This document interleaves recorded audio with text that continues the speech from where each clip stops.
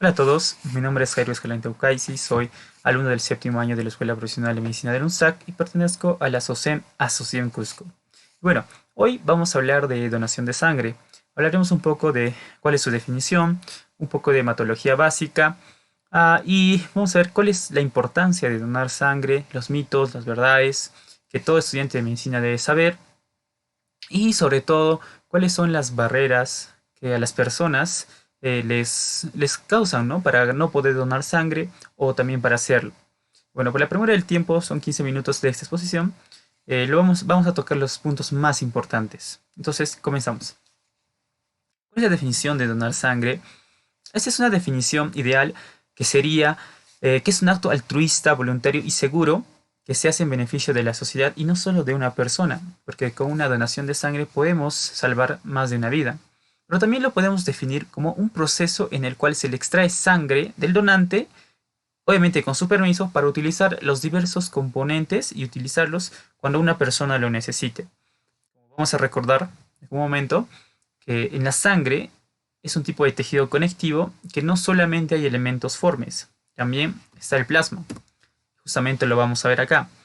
Entre las funciones de la sangre van a haber tres importantes, que es el transporte, regulación y protección. En el transporte, ¿por qué? Porque va a transportar varias sustancias, entre ellas y las más importantes, por ejemplo, el oxígeno, el monóxido, el dióxido de carbono y otras más. Regulación, ¿por qué? Recordemos que la sangre puede regular incluso la temperatura cuando hay una vasoconstricción o cuando hay una vasodilatación, en, obviamente en confluencia con los vasos sanguíneos. Ahora, la protección, recordemos que en la sangre está gran parte del sistema inmunitario, que son los leucocitos, ¿no? En sus dos tipos, los granulocitos y los agranulocitos. Recordemos que dentro de los agranulocitos tenemos a los linfocitos y a los monocitos, y dentro de los granulocitos a los eosinófilos, basófilos y neutrófilos. Pero además, en la sangre también tiene componentes, el plasma y elementos formes. Como ya les mencionaba, en el plasma podemos decir, es una parte líquida de la sangre en el cual va a tener varios electrolitos disueltos en el plasma, ¿no? Y dentro de los elementos formes de la sangre tenemos los tres importantes, que son los eritrocitos o glóbulos rojos, los leucocitos que ya les mencioné y también las plaquetas, aunque no son células en sí, son partes de una estructura anterior a ellas que son los megacariocitos. También van a estar presentes en la sangre y van a cumplir funciones muy importantes, como la hemostasia. ¿Ya? Pero otra función de la sangre indirectamente es la coagulación. Recordemos que la coagulación van a intervenir varios factores de coagulación. Vamos a tener la cascada de coagulación, la vía extrínseca, la vía intrínseca, y estos que van a tener por finalidad ocluir los vasos rotos de cualquier lesión que haya tenido para impedir la pérdida excesiva de sangre. Entonces, recordar esto es un poco de hematología básica, recordar estos puntos importantes que hay en la sangre, ¿no? Cuáles son sus funciones, los componentes, que en este tema nos importa bastante, porque recordemos que en la sangre se pueden obtener varias sustancias, no solamente los glóbulos rojos, sino se pueden extraer incluso el plasma fresco congelado, los electrolitos y otros elementos que vamos a ver a continuación. Antes de eso vamos a ver el procesamiento de la sangre. Entonces acá ya vamos a ver detenidamente cómo es el proceso de donación de sangre. Por ejemplo, cuando una persona va a donar sangre en alguna campaña, alguna vez, si es que lo han hecho, saben cómo es. Pasa por un proceso de entrevista en el cual se te hacen algunas preguntas para ver tus antecedentes epidemiológicos, para ver si estás sano, etcétera. Pero alguna vez se han preguntado, ¿qué pasa con la sangre después de que te la sacan? Ahora, sabemos que cuando nos sacan sangre, nos sacan en una bolsa, ¿no? Es una bolsa colectora de sangre en el cual se llena una unidad. Pero, ¿cuánto es una unidad de sangre? Una unidad de sangre tiene un volumen aproximado de 520 mililitros. Ojo, esto es todo el contenido que está en la bolsa de sangre. Pero no nos sacan esa cantidad. Nos sacan solamente 450 mililitros de sangre.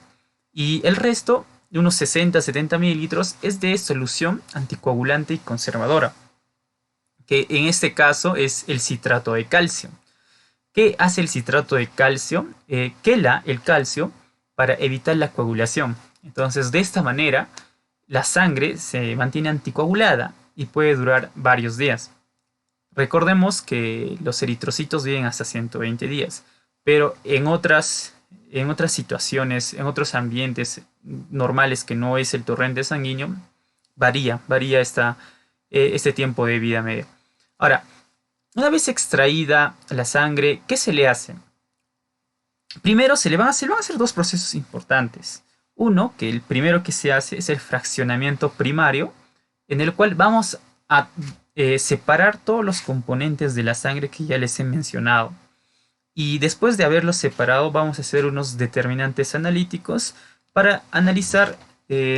Recuerden que en la sangre, cuando se le hace una pregunta a los pacientes, a veces no dicen la verdad. Entonces, por esto es que se analiza la sangre de cada donador para ver si es que no tiene alguna alteración dentro de sus componentes. Entonces, lo importante de esta diapositiva es lo siguiente. Una unidad de sangre es 520 mililitros, pero tradicionalmente decimos que son 450 mililitros de sangre, que es lo que nos extraen. Y es muy importante saber porque la población piensa que le sacan más 1 litro, 2 litros y pues no es así, ¿no? Son solo 450 mililitros. Es igual a tomarse una Coca-Cola, esa cantidad de sangre nada más. Tenemos que decir a la población que simplemente es una pequeña porción de nuestra sangre. Porque en la sangre en nuestro cuerpo tenemos alrededor de 5 a 6 litros. Y acá te sacan ni medio litro. ¿Ya? Entonces es importante saber eso. Esta diapositiva en realidad nos muestra todos los componentes sanguíneos que se pueden extraer de una unidad de sangre, o sea, de la sangre total. Uno, tenemos la sangre total y sus componentes sanguíneos, ¿no? El concentrado de Matías, el concentrado de plaquetas, el plasma fresco congelado, y también los derivados plasmáticos como la albúmina o, por ejemplo, los factores de coagulación que les mencionaba, o los componentes para una acción defensiva como las inmunoglobulinas, etcétera. Entonces, como les decía, no solamente cuando nos extraen sangre están sacando los glóbulos rojos, sino todos estos componentes que pueden ser usados en varios pacientes, ¿no? Depende de la necesidad de cada uno. Entonces, no se olviden que son muchos componentes de los cuales se puede utilizar en la donación de sangre. Ahora, ¿quiénes pueden donar? Nosotros en el Ministerio de Salud de Perú tiene una norma técnica del 2018 en la cual tiene varios puntos en los cuales establece quiénes pueden donar y quiénes no pueden donar. Y también te dice el por qué. Entonces vamos a ver los puntos más importantes, porque son muchos. Son un documento de 50 hojas, pero he puesto los puntos más importantes que creo que deberíamos saber como estudiantes de medicina para informar a la población y no esté desinformada y así tengan más ganas de donar sangre. Entonces, la norma técnica del 2018 establece que la edad promedio para donar sangre es desde los 18 hasta los 60 años. Pero una persona de 16, 17 años puede donar sangre. Sí puede donar sangre siempre y cuando tenga el consentimiento de los padres. La procedencia. Muchas veces hemos visto que pacientes de zonas endémicas no pueden donar sangre. Y esto lo aclara la norma técnica y dice que sí, y depende de la zona en donde haya estado. Por ejemplo, si ha estado en la selva y solamente ha estado en la ciudad, en la capital, no puede donar hasta dentro de 4 o 6 meses. Pero si es que se ha internado más adentro, ya si es mayor de 6 meses, que se difiere la donación de sangre. ¿Okay? El peso. La norma técnica establece que no puede donar una persona que pesa menos de 50 kilos. ¿Y por qué?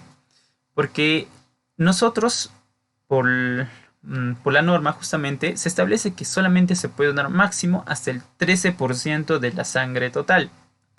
Y el 13% de una persona de 50 kilos es 450 mililitros, justamente una unidad de sangre. Es por esto que una persona con menos de su peso no puede donar sangre, o sea, menos de 50 kilos. La hemoglobina y el hematocrito, una persona anémica no puede donar sangre. Y esto va a variar de acuerdo a la altura, con el famoso factor de corrección. Que bueno, en algunos estudios dice que ya no debería aplicarse, pero bueno, la norma técnica lo sigue poniendo. Entonces, vamos a apurarnos un poco. El ayuno, esto es un mito que no, los pacientes con que, o sea, no tienes que estar en ayunos para donar sangre. Simplemente puedes donar y tiene, solamente ven comiendo tu desayuno normal, pero bastantes líquidos y no comer comidas copiosas, ¿no? Muy grasosas. La frecuencia de donación, lo aclaro, en varones pueden donar hasta 4 veces al año, 3 veces por cada 3 meses y en casos excepcionales cada 2 meses.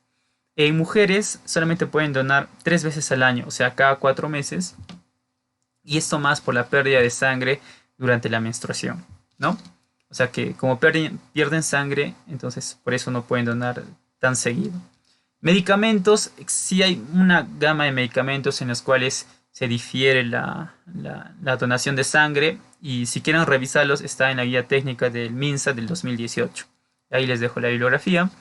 Actividad laboral es que son peligrosas, por ejemplo, personas que conducen camiones, trailers, maquinaria pesada, se les sugiere que no deberían donar si es que van a trabajar, ya que pueden sentir alguna molestia después de la donación de sangre, que es poco usual, pero sí puede pasar, es por eso que se les toma con cuidado.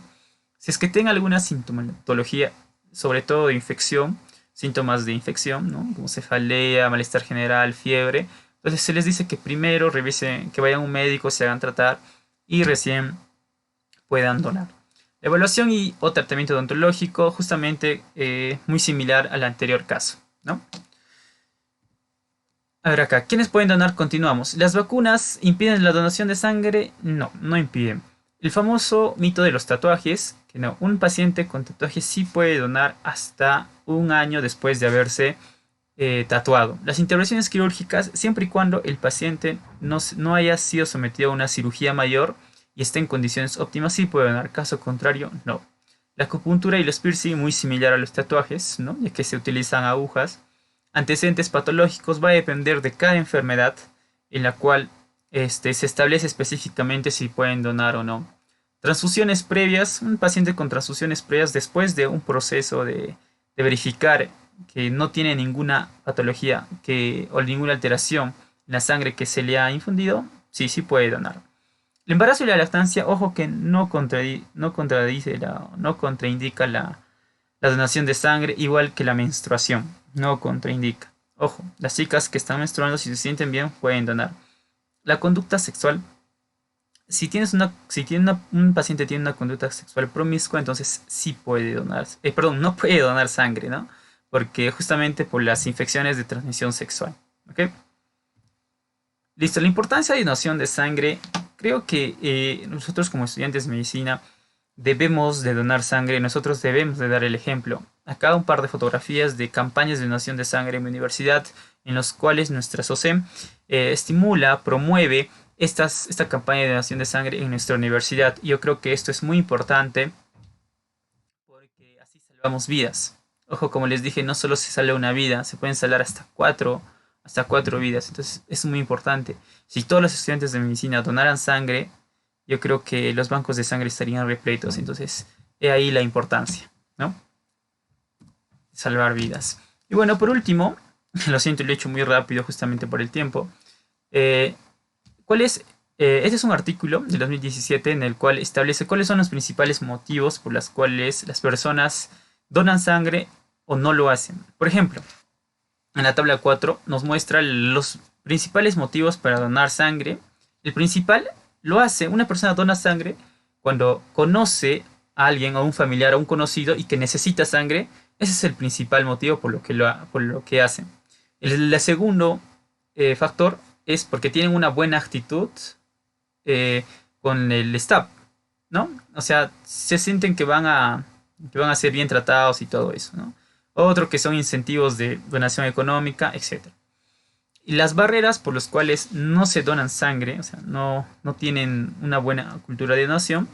El primer punto es pobre actitud del Estado. O sea, sienten que el personal de salud les va a tratar mal.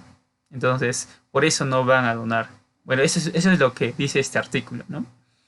La poca privacidad que tienen durante la entrevista personal. A veces es cierto, ¿no? Ponen un biombo y no se escucha toda la conversación que pueden tener, ¿no? Y a veces, solo a veces, ¿no? No siempre pasa. Miedo a las agujas, o miedo a las agujas o algún malestar que pueden tener después de la donación. Entonces, esa es la principal barrera que pueden tener la principal para donar sangre. Ojo que ahorita estamos en junio y el 14 de junio es el Día Internacional de Donación de Sangre.